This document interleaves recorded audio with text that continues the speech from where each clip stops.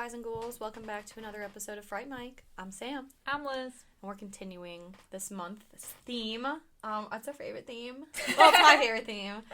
We're continuing Goth Month here, and we are doing a movie that I feel like not a lot of people talk about. Not really. Yeah. I don't really ever remember hearing people talk about this. Even when it came out, I feel like it kind of was like here and gone. Yeah. Kind of situation. It flew in the wind. Like the flap of a raven's wings. Spoilers! That's the title. All that we see or seem is but a dream within a dream. And if you don't know that quote, it is by Edgar Allen Poe. We are doing 2012's The Raven. So, as Sam said, The Raven came out in 2012. Currently has a 6.4 out of 10 on IMDb. It is a 22% on Rotten Tomatoes. Ooh, shit. Yeah, it's not good. That's weird. It's low. That's a low Rotten Tomatoes score. Maybe, because isn't Rotten Tomatoes scores based off of, like, how many reviews, I don't even know. Factored in? Because I think the score is lower automatically if, like, not a lot of people have reviewed it. So maybe, like you were saying, it kind of fell under the radar, so maybe not a lot of people saw this movie. Yeah. I know, I was so surprised. I was like, no one talks about it, so I knew it wouldn't be, like, high, but damn, 22%? Are you kidding? But, like, 6.4 is, like, our average of movies that we cover, so a good amount of people have seen it according to IMDb. Right, and thought it was decent. Yeah. Yeah, and there's a lot of Poe fans. That's true. I am one of them. I am one of them too. Yes. I love Edgar Allen Poe, and I love John Cusack. I do too. What could go wrong here? We'll get into it. What a combo! Oh my god, yeah. I think I saw this movie in the theaters. I'm pretty sure I did. I did. I don't think I was expecting it to be as gory as it was. Yeah. Because I'm trying to think of what came out around this time, or like what it reminded me of that wasn't as gory. I don't even... Ooh. I want to say, because, like, all those, like, movies, like, The Prestige and The Illusionist were coming out with, like, obviously this is, like, completely different, but, like, they were more, like, magic and everything, and there wasn't, like, any gore, even though it was, like... True. I think around the same time, maybe. I don't know. I don't know. Maybe it was a lot earlier, but... 2012. What came out? Like, Insidious? The Conjuring? Was that around that? It feels it's so sad that that's not even 10 years ago. Oh, or like From Hell. Mm-hmm. So like that one, but that was kind of gory too, I think. I don't remember. It did have kind of like that vibe. Yeah. Yeah, like, but I don't remember those movies necessarily being as gory as this. This is like almost like a if Seven met Sherlock Holmes. Yeah, or if Saw. Ooh, or Saw. Yeah. Ooh, yeah. Like Victorian Saw. There's definitely some things in here that remind me of Saw. Some of the murder weapons. Right. That pendulum. Right? To be exact, is definitely a Saw trap. I thought this movie was cool because, like we said, we're Edgar Allan Poe fans. I grew up reading a lot of his stories, even though I probably shouldn't have. But there was like, do you remember those? I think they were called like great illustrations or whatever, and they were books meant more for like children or like young adults. And they like I remember reading like The Fall of the House of Usher and The Telltale Heart, and I think they even did like stupid story, like Heidi was one of them, and like so it's like there were illustrations within the story, but it wasn't a picture book. Like it was trying to get kids into like reading like more novel type movies. Young goth kids in training. Exactly. And I remember reading a lot of Edgar Allan Poe stories that way, and they've always stuck with me. So to see this movie, like I like how they did it. Like there's a killer on the loose, and he's killing people according to your stories, and it's interesting. Like inspired by. Exactly. And at the time, like so Edgar Allan Poe, it's kind of like any artist. He wasn't big for his time. He's only big posthumously, and so to have somebody who is a big fan of him, like in his stories, killing according to these stories where like maybe not a lot of people would know, like or relate back to. That's true. I thought it was cool. Yeah. I think what always drew me to Edgar Allan Poe's like stories was I remember like in high school especially we would be kind of forced because at the time you're just kind of forced to read whatever, but we read a lot of short stories. Yeah. And I thought that his were, because they're so twisted and like dark, I thought they were just so so much more interesting because everything kind of just is like, like you've heard a bunch of Shakespeare stuff. You've heard, you know, like Moby Dick. We had the Iliad and the Odyssey, and like finally we got to like shorter stories by Edgar Allan Poe, and it was just like the darkness in me came out. Same. Well, it's always interesting, especially when you're younger, because it almost feels like taboo. Well, like, because we shouldn't this is be talking like about this. horror movies, especially like in elementary school when we were reading this stuff. Yeah. Like I wasn't really watching horror movies then, so I was. This is like my this is my introduction. Right, it's your outlet. Yeah. Your peek into the horror world. Yeah, so like before I started watching horror movies, I would read like dark shit like this. Yeah, absolutely. Do you remember, I don't know if you had to read this in school, but did you ever read And Then There Were None? Yes! I have it on my shelf. It's so fucking good. That was the first time I read a book in school that was like assigned reading. You know, like I didn't just pick it out of the library. That I was like, oh shit, read 6 chapters tonight? How about I read 8? I'll read 10. Read the whole damn book over the weekend. It was so fucking good. Agatha Christie is a queen. A masterpiece. Queen of mystery. Yeah, true. Yeah, that was a great book. I remember we were like forced to read that book too, but I enjoyed it thoroughly. Hell yeah. I'm still a reading nerd, but yeah, I enjoyed it. Yeah, absolutely. The variety, but yeah, just the darker stuff was what drew me in. Yeah. The Heart of Darkness. Yeah. Well, not that story. That story sucked, but... So what do you think of John Cusack as casted as Edgar Allan Poe? Okay, I'm glad you asked, because while I was watching this, this is probably the 3rd time I've seen this movie, was watching it for the podcast, because I saw it in the theater, and then we bought it from Disc Replay. I saw it was, on the sale rack, and I was like, Luke, you have to watch it, and he really liked it, so I'm sitting down to watch it again. I really was like, you know, I do love John Cusack, but he has some crazy fucking eyes in this movie. Like, he's a little crazy. I feel like his accent is weird. The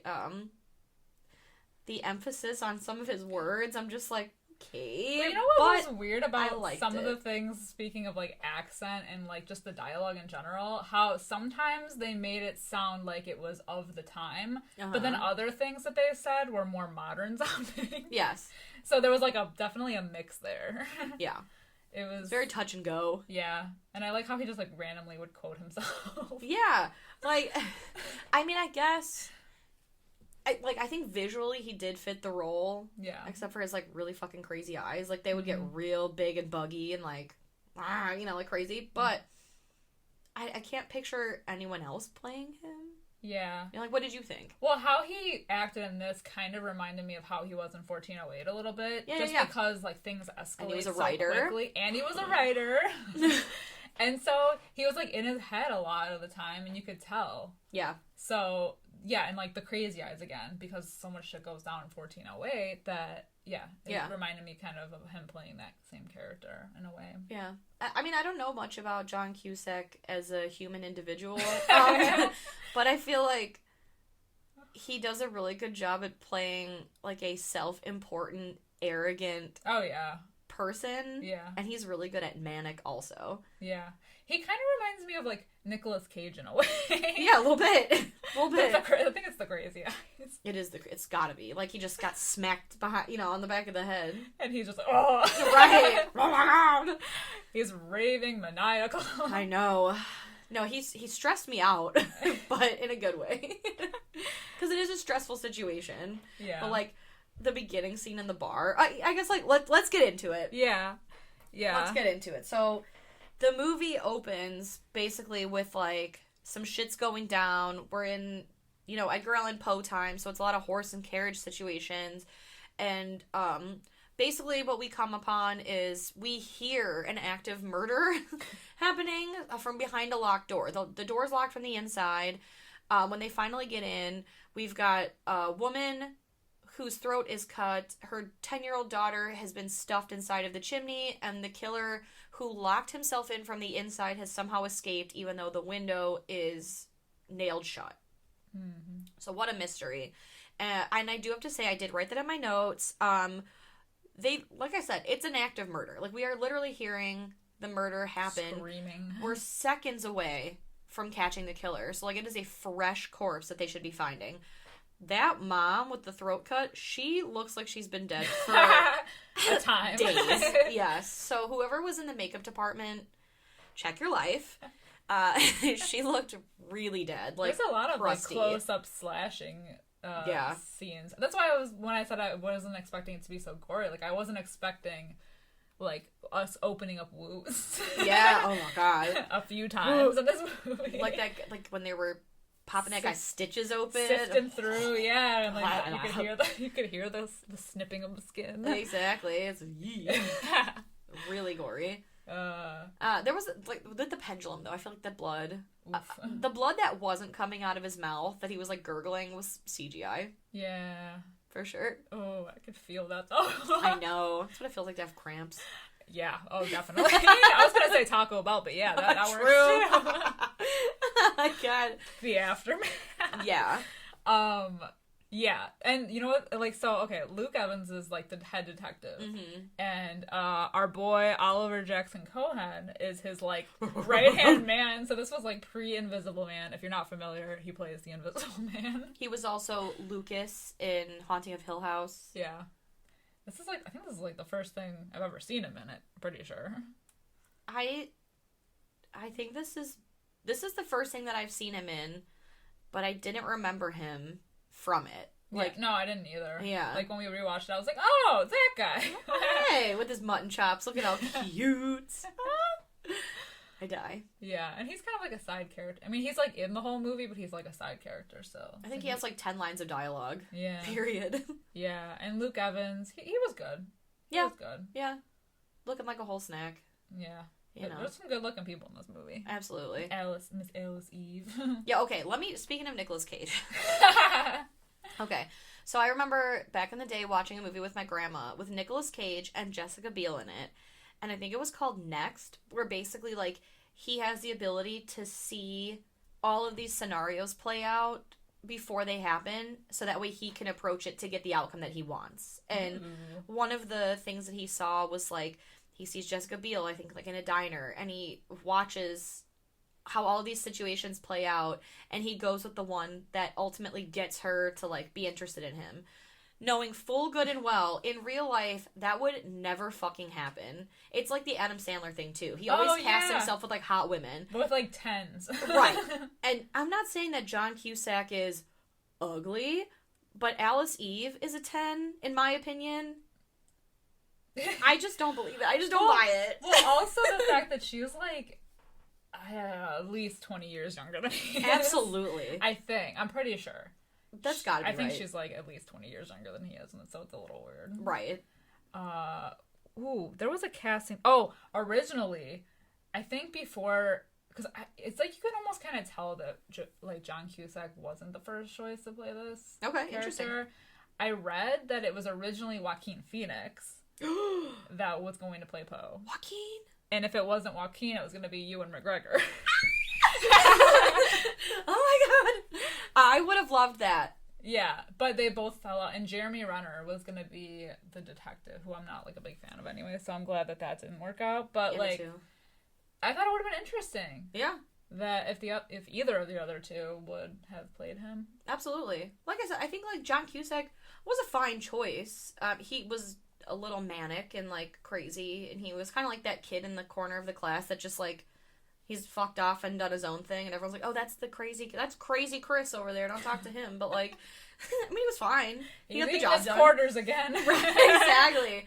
But I definitely would have enjoyed seeing Joaquin or Ewan McGregor.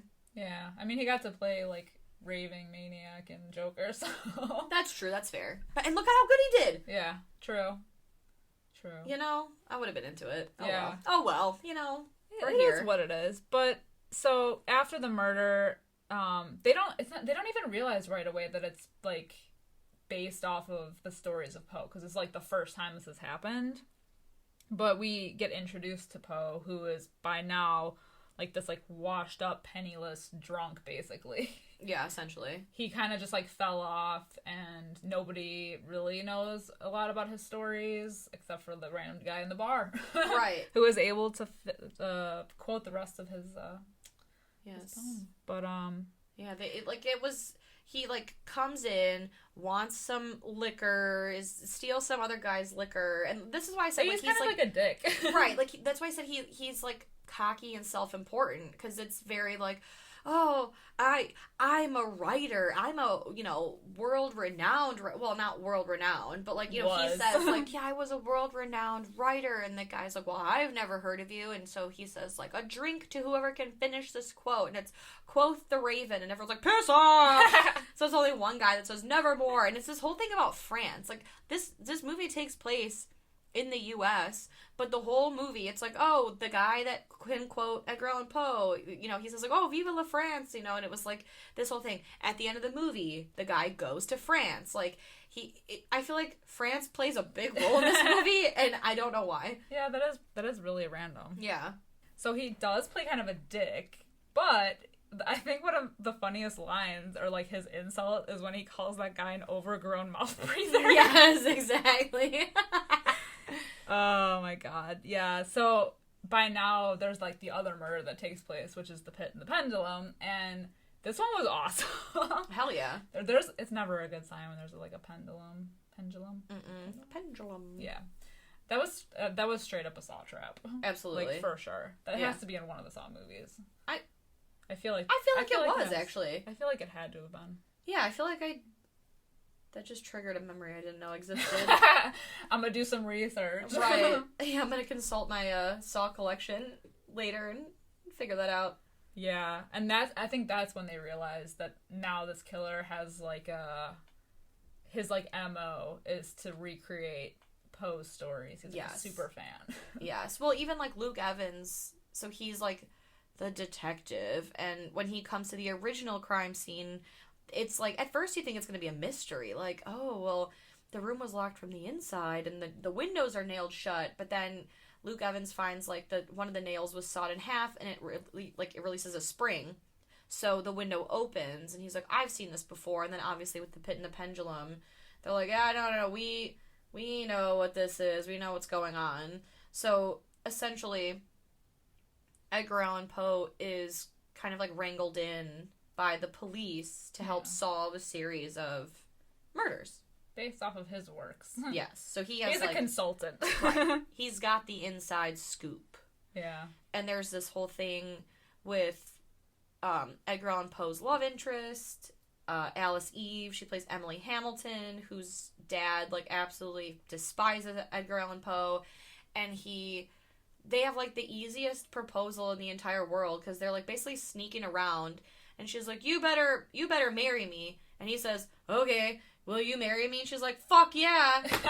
And as somebody who's definitely trying to get that to happen, I'm like, it's not that easy. Right.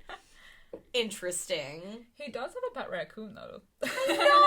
Carl. Carl the raccoon. And that's always interesting. But, I know. Yeah, their whole thing is a little weird, like we were saying. It's a little weird. She's definitely a 10. I mean, John Cusack, I think he's a good-looking guy, but... Like I said, not ugly, but just... I don't get it. That pairing, it doesn't make sense to me. Yeah. That's a Hollywood pairing, Like, that's like, for glamour. Right, we're glamorizing the shit out of this. Exactly. That's one of those things where it's like, oh, God. Well, for the paycheck, I'll do it. Sure.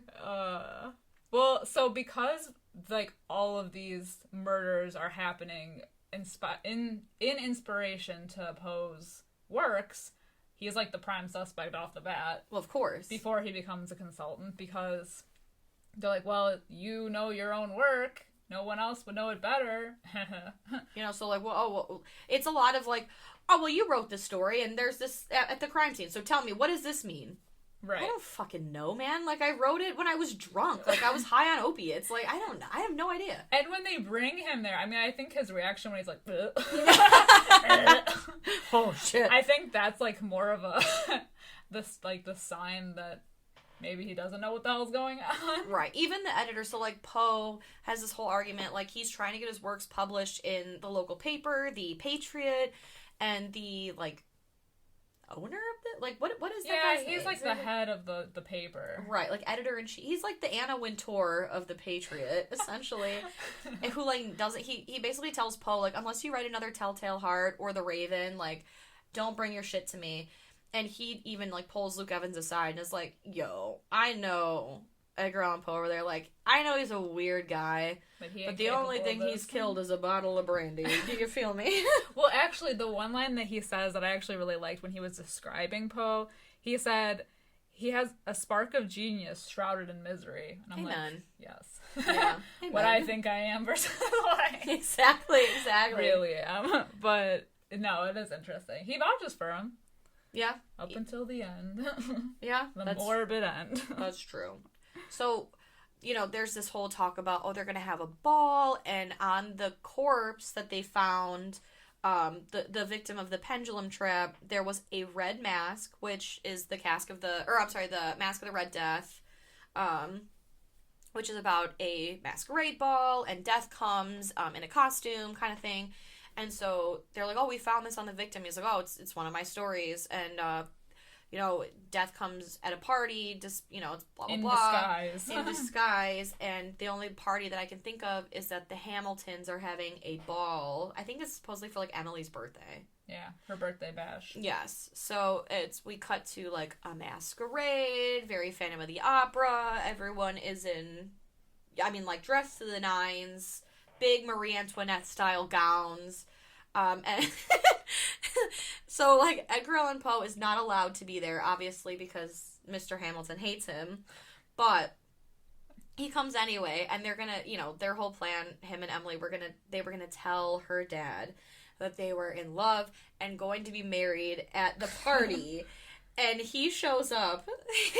So she looks beautiful. She looks like Cinderella. She does look like Cinderella. Mm-hmm. Beautiful hair, blue, beautiful gown, like a nice, pretty, like, crystal mask. And he shows up all in black in a cape, which is fine. His mask, it looks like somebody shit on his face. It's a cutout for his goatee. Like, just the goatee. Yes, it looked like he was wearing a mud mask. Right. Just put some cucumbers over his eyes. That is a straight up Leatherface mask. Absolutely. I was like, come on. Like, you couldn't find anything better to wear. But we see, like, a rider. He's probably not, to be fair, he's probably not getting invited to too many masquerades. That's true. Like, he might have picked that off of the drunk guy in the alley behind the house. That's true. I literally just wrote, like, wow, he looks like he's having a spa day.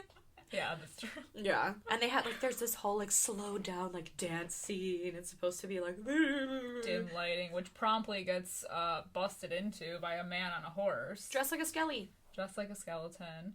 The dad randomly pulls out his gun and just pops the guy. Yeah, he's shooting from the hip. And he's like, get out of here, you're not on the list. In full heat all times. Yeah. It's like Frank from It's Always Sunny. He's always got a gun on him. So essentially you just find out, like, he's the messenger, there's a letter, and for the rest of the movie, this is how it goes down. So this killer has kidnapped Emily, and is going to kill again, and is going to leave, you know, stuff for Poe to find Emily, but he wants Poe to write stories, and he wants them to be published. As they go. So it's trying to, like, goat him into, like, writing one last great novel or whatever, because this guy's obviously a fan of Poe's work. A super fan. Yeah. Just going back to the masquerade really quick. So their plan, because they kind of suspect that this killer is going to be there, Luke Evans decides to, like, plant his men all around. And I just want to know, like, when has that ever worked in a movie? Literally never. I mean, we just talked about both prom nights, like, last month, and they literally do that in both. Yes! It never fucking works. It never works. Even he says, like, after Emily gets taken, which I never actually saw happen, by the way. I don't know if I, like, missed that, or I was confused. Like, I never saw anyone grab her. It's a guy in a black, like, cloak that grabs her. Okay, because I remember the guy, like, coming in and then him shooting her, and then all of a sudden she's like, she is missing! But when Poe is, like, going after, like, Luke Evans' character, he's like, where were you? You had all these men. Yeah, well, may I just point out, maybe this is the problem. So, you see all of Luke Evans' men. Like, we see Oliver Jackson Cohen looking so fine. Mutton chops are out. And he's not dressed up. Like, he is in there in uniform, like, ready to do his job.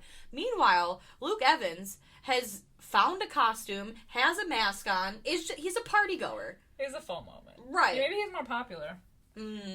Well, he's the sheriff, or the head detective. But he's also, like, they make it seem like he's not a very good detective. You know, it's like, oh, they need Interpol needs answers this time, you know? And even Poe says something. He's like, your reputation, man, aren't you? Don't you want to solve this, you pussy? Like, I feel like he's not a great detective. Well, maybe he planned for this moment his whole life, and he was like, I'm finally getting invited somewhere. They want me. Let me dust off my costume.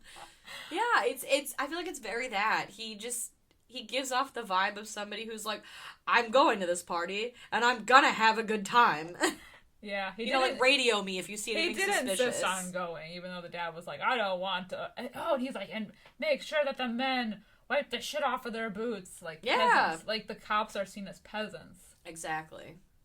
Crazy. I know. So, yeah, while Luke was over there, you know, using a sham bong in the corner, they stole Emily. And now, like, I think what's the next one they find is, like, it's like a med school. And this scene reminded me of, like, a darker version of Dracula Dead and Loving It with Van Helsing. Yeah! It's like, first, we crack open the skull. And, like, so the guy conducting the class, there's a box, you know, it's obviously got a body, but they hear banging from inside. So when they open it, it's a woman dressed in costume. She's all bloody, and there's a raven in there.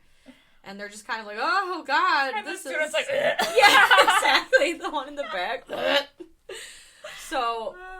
like, they call Poe and Fields, you know, the Sherlock and Watson of this movie. And they're like, well, what do you deduce? And he's like, yes, it's murder most foul. Yeah, I suspect foul play. This reminds me of my story. I think it's the mystery of Marie... Roger? Ferrero Rocher. Yeah, exactly. And, you know, everything is, you know, she was a shop owner in France. So again, France, yes. And I think he said Paris or something. But yeah, and that's a Bowman's knot, or I don't know, some shit. And then he said, oh, well, the detail of the blood on her hands, that's new. I didn't put that. He added that in himself. Exactly. A little flair. So he's writing the story. He's flexing, okay? He has the upper hand. He's got Emily. Exactly. So Poe is writing the new story. The editor is like, oh my God, this is so good. This is incredible. And then Luke Evans busts in and he's like, whoa, the blood on her hands wasn't even real, bro. It was a stage thing. It's stage blood. She was a theater actor. And she was dressed for her part as Lady Macbeth? Is that who it was? Sure. Why not? And then they go to the play. They, like, literally bust in on the play in the middle of the whole thing. Can I just say, it reminded me so much of our time at Marcus, like, at the theater, when... like because like you said, they bust in and they're like, stop the show, where are all your stage hands? And while they're lined up, like, they're backstage, they've halted the play so they can check the hands of all the stage guys operating the ropes. And you hear the main theater guy telling the audience, like, the play will begin momentarily in just 5 minutes. Yes. Us when the power went out and we were in a panic. Literally, like, hopefully the power goes back on, but yes.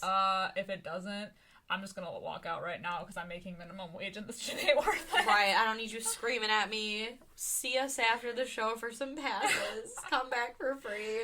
So that's what it reminded me of. Yeah. But, I felt the panic in that man's voice. You can't stop the show. I have an audience. The show must go on. Meanwhile, while all of this is also happening, the killer is like has Emily in a box and is burying her alive, essentially. Yeah. And let me just tell you that she is very calm. I mean, in the beginning, she's True. like very calm. She's like, why are you doing this? Why are you keeping? You don't have to keep me. And he sounds like Batman when he talks to her. He's like, I have to. That was a bad Batman, but you get it. No, like, it's true. Where's Rachel? Yeah. Where's she? Oh my God. He does know. It's true. Well, you know what's the creepy part too is like she like digs herself a little hole, like a little peephole, and you just see his teeth. Yeah, and he's like, no. Oh God. I was like, whoa, unnecessary, buddy. He's like literally licking his chops like, he is. I can't let you out. So wormy. It's so gross. Oh. Okay, sir. But yeah, so they... what happens? What the hell even happens at the So, play? essentially, they're There's at like the theater. There's a shooting. Right, they find out that the one of the stagehands was missing. And I think his name started with an M. It was like Martin, Mary, something. Like, he's missing. He didn't show up to work that day. Maurice is what it is. And then while they're asking questions about Maurice, Poe runs off and is chasing a figure and, like, shoots at him or something. And he clambers down, and the guy gets away. So then all of the theater goers are, like, leaving. And the guy's like, see me at the box office for your refunds. It was us. Right. And they find a tongue. Oh, yeah, the human Right? tongue. Yeah. So, like, where's his locker? Where's Maurice's locker? And they find, like, a pinned tongue. And that basically leads them, like... They've got nowhere. Like, the guy is missing, the tongue is there, what could this mean? And then while they're looking at the tongue, that's when Oliver Jackson Cohen's like, hey man, someone set your house on fire. So they're outside. Oh, yeah. Luckily, the raccoon has made it out. Oh, yeah. Yes. What was his name again? Carl. Carl the raccoon has made it out alive, but Poe's house is no more. And then that's basically like, Poe and Fields are in his office, and they're like, damn it, man! Like, this is ridiculous! And they're having, like, a penis measuring contest. Because basically Fields is like, well, I pulled all the records of this, that, and the other, and Poe's like, what are you doing? Like, you know, so... What exactly do you do here? Exactly. What is your job title? They're in his office, and he basically says, like, you know, like, Fields just kind of lets, like, this little nugget slip.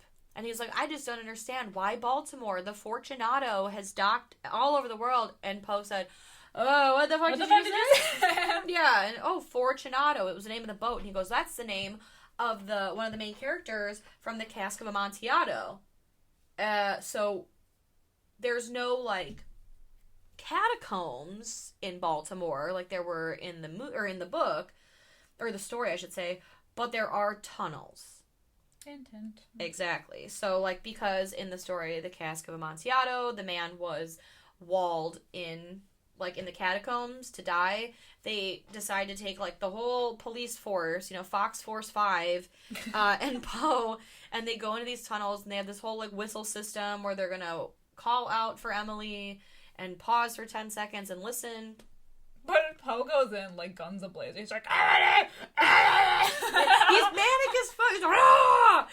Who brought him? Exactly. He should have stayed outside. Wait in the car. Wait in the car, Poe. Exactly. We'll tell you what we find.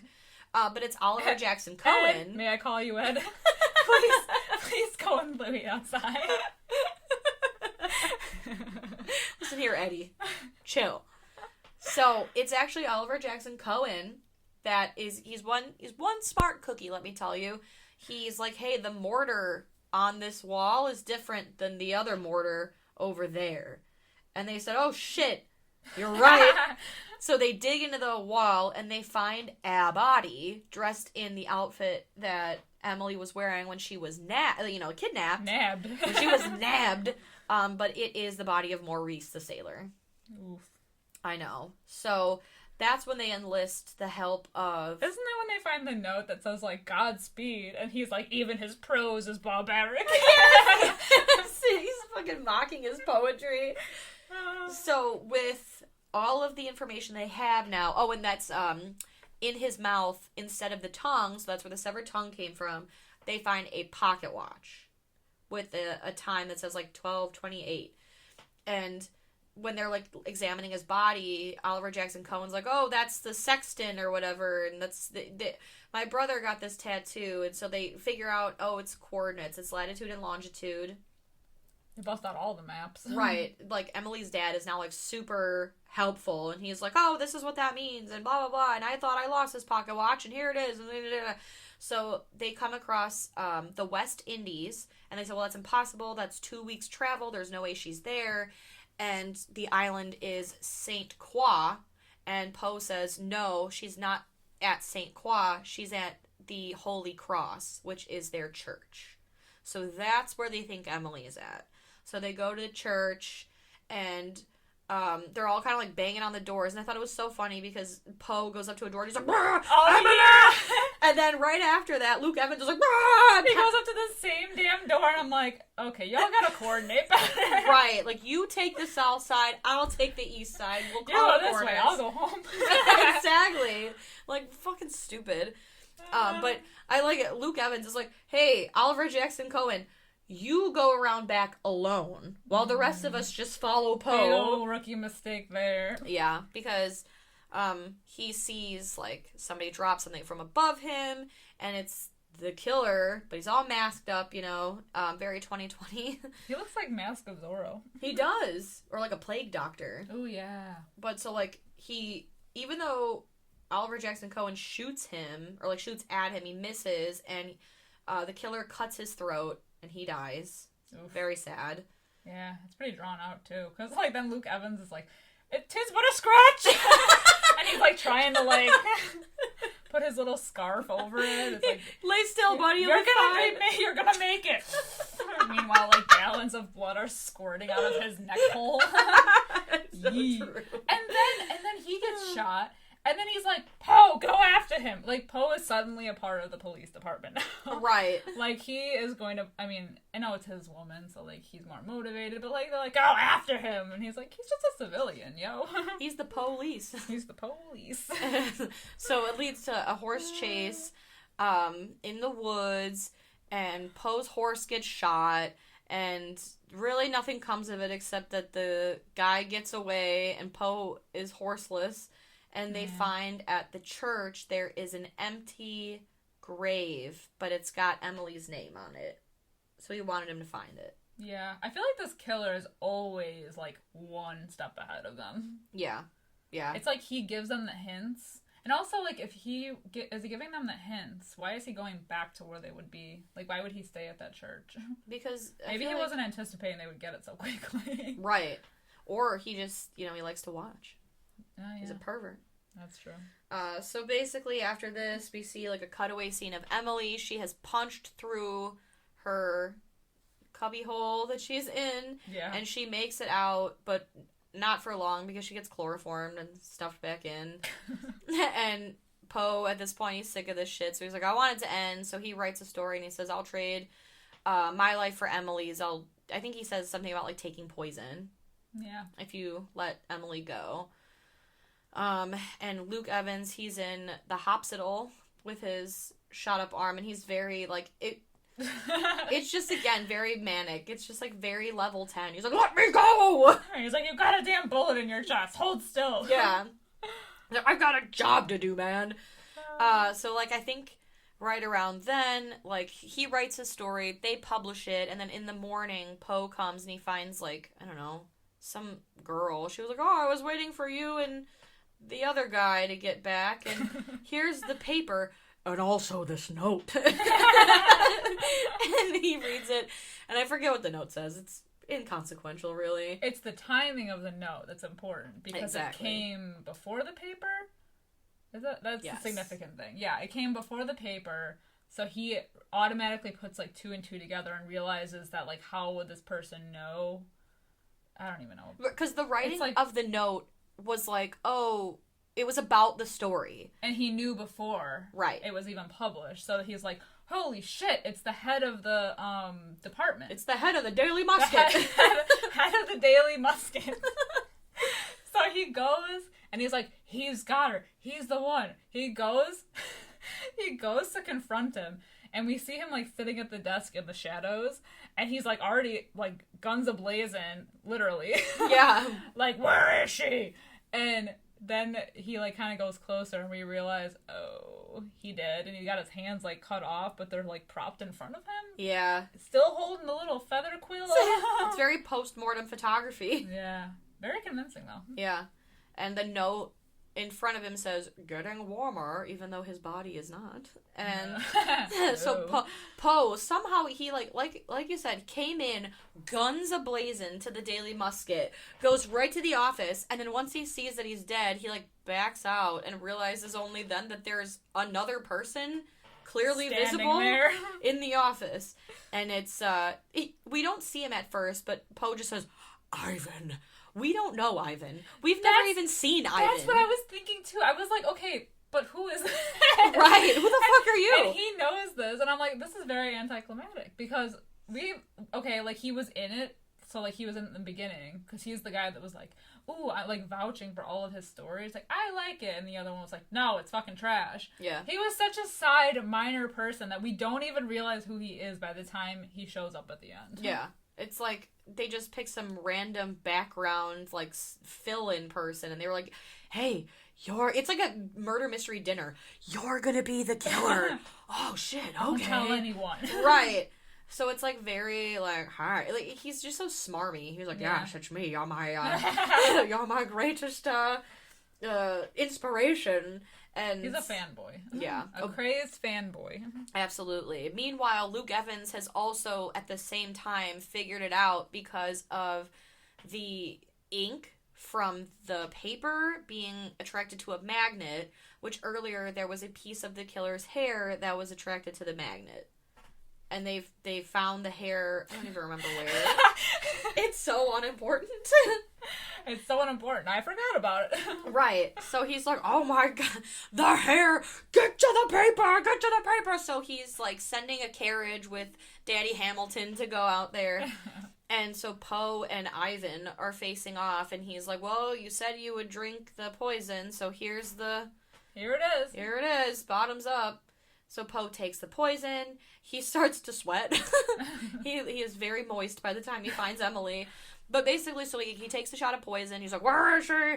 And he quotes the Telltale Heart, basically to insinuate that, oh, she's been right below your feet this whole time.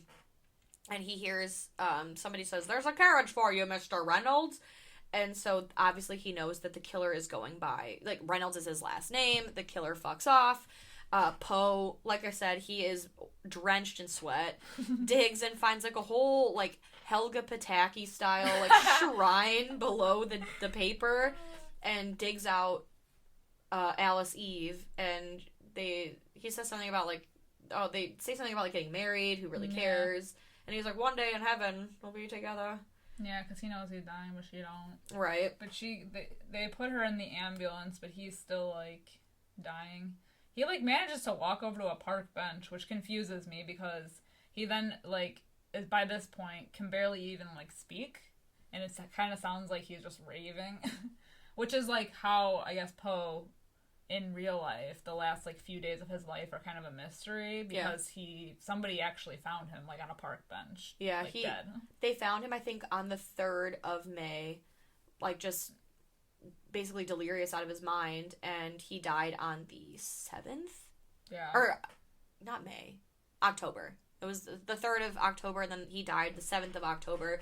And the whole thing in the movie is this man finds him on a park bench, and he's like, you're Edgar Poe, I know your shit, and he's like, tell Fields his name is Reynolds or something. Why didn't he just wait for him at the place? Why did he clue. walk over to the park bench? Right, use your energy for something else. I know what they were trying to do. They were trying to, because we don't know what actually happened, they were like, oh, well, this is the story that we're going to give you, like, feed to you. Right, they're filling in the middle part. But that actually did happen, so, like, with Poe, with him being, like, pretty much delirious and dying in the hospital, he kept saying things like, his name is Reynolds, and they were like, what the fuck are you talking about? And when they found him in real life, he was not wearing his own clothes. Yeah. So it's like a whole mystery, but yeah, this movie's trying to, like, wrap it up in a nice, neat bow. And so the guy give us all answers. Right. We need closure here. Right. So the old man, he's like, you're not making sense. And he's like, damn it, man, tell Fields his name is Reynolds. So we see Luke Evans at the hospital, like, Poe is dead, or was dying at the time. And he's like, yeah, he's a raving madman. He kept trying to insist to me that your last name is Reynolds. And Mr. Fields, the cookie guy himself, was like, oh yeah, that's Looney Tunes bananas, huh? But then he puts it together. Exactly. Which we don't see. Like, we just think, like, oh, Luke Evans, he's never gonna put it together. But then we see Ivan the killer, he gets off a train, and he's in Paris. So again, France coming in to play here. Coming in hot. And he's walking with his smarmy face, and he's like, "Oh, your carriage here, Mr. Reynolds." And while he opens the door, Luke Evans is like, "Yo, what up, boy?" And like Ivan kind of like lunges at him, but you hear a gunshot, and you figure, well, they got the guy in the end. End credits. Exactly. They're kind of like rock and roll credits. Ah, wild. What a ride. This movie. Yeah. So I think the fact that I mentioned how like I didn't expect it to be so gory, I think the gore made up for like some of the cringy dialogue in it. Yeah, no, that's true. But I did enjoy the fun references to Poe, being a fan of Poe. I don't think I guess for the people that didn't like it, Why? I think it might be more of like a fans only kind of movie. Yeah. Maybe. I mean, I'm not like making up the excuse for it, but like I think it was more fun for me to watch because I love Poe so much and I got the references in there. But if you're not like a huge Poe fan, this is just like another like gothic Victorian style like murder. Right. You know, it might as well be Jack the Ripper.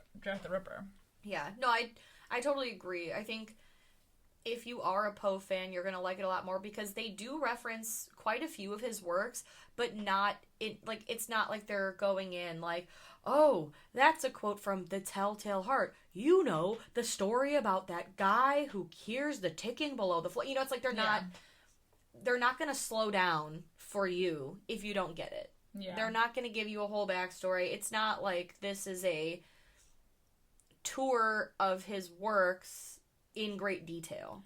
Right. It's just kind of like their benchmarks for this mystery as to why maybe Poe was found the way he did when he died. Yeah, and I think a lot of people might have gone in maybe expecting it to be about him. Mm-hmm. Not necessarily like this other killer who was inspired by him or his works. So maybe that was like the disappointing factor of it all. But you know, I don't know. It could be, and like people are, you know, I don't want to say like historians, but people that are like big fans, you know, I think a lot of times they don't like when you put a spin on history. Yeah. You know? That is another thing. Which has been done well, but I can see it how it, you know, might tick people off. That being said, let's get to our ratings. Okay. What would you rate this movie? I gave it a 2.5 out of 5. Okay. Very middle of the road for me. I enjoyed it. Wasn't great. Like, I thought it was a good movie. Like, it was entertaining. Upon, like, the second... I think I liked it more the first time I watched it, because I was like, oh, shit, but now that I know what I do know, it was alright. Yeah. But, you know, the movie is visually really, really pretty. Like, even, like, the gore was pretty. Yeah, for sure. But, like, the costumes, everything about it. I mean, we've said it on all of our episodes so far for our goth month that, like, this is, like our bread and butter. Exactly. Like, we love the visual aspects of gothic horror, and so this is was perfect. Yeah. But yeah, like, it does have its shortcomings. Like, maybe not the casting choices were all that great. Some of the dialogue was a little cheesy. Some of the things were over the top, but you know, it was a fun movie all around. Mm-hmm. Amen. How about you? I gave it a 3 out of 5 for all of the same reasons that you mentioned. But I don't know. I just figured it was. I have a good time watching it. It's not like it's unrewatchable or anything. Right. But of course, I have to give it a bump for Oliver Jackson Cohen. There are a lot of good-looking people in this movie. Yes, and they did mention a few times my favorite poem by Edgar Allan Poe, which is Annabelle Lee. Oh yeah, it was so pretty especially when she reads it. Yeah. Ugh. I know. Him. Mm-hmm. I know. But yeah, no, I agree. Like the casting choice, yeah, maybe some of them were a little off. The dialogue, maybe not the best. But overall, I have a good time watching it. It's not like we added it to the list to go on the podcast, and I was like, God damn it, I have to watch, like I did with the original prom night. Like, I would rather eat glass than watch it again. But this, I always have a good time watching, so, yeah. Hats off. Exactly. All right, we're going to wrap it up here. Let us know what you guys think of The Raven. Let us know. We are on Facebook, Instagram, Twitter. Comment. Let us know what you think about the movie, what you think about the casting. Yeah, honestly. Would you have rather seen Joaquin or Ewan McGregor? I would have. And then, as always, we also have extra bonus content if you're interested. If you head over to patreon.com/Fright Mic Podcast, we are doing new movie reviews. Now that the theaters are open. Now that the theaters are open and we're fully vaccinated, we're going hard. Hell yeah. So if you want to know our thoughts on some of those recent releases, head over there. And then, as always, again, if you don't mind giving us a review wherever you can, it would be much appreciated. Helps us get our name out there. And into other people's ears. Exactly. Give us 2 very enthusiastic thumbs up. Find family fun. All the time. All of the time. But until next time, I'm Liz. I'm Sam. Rest in peace.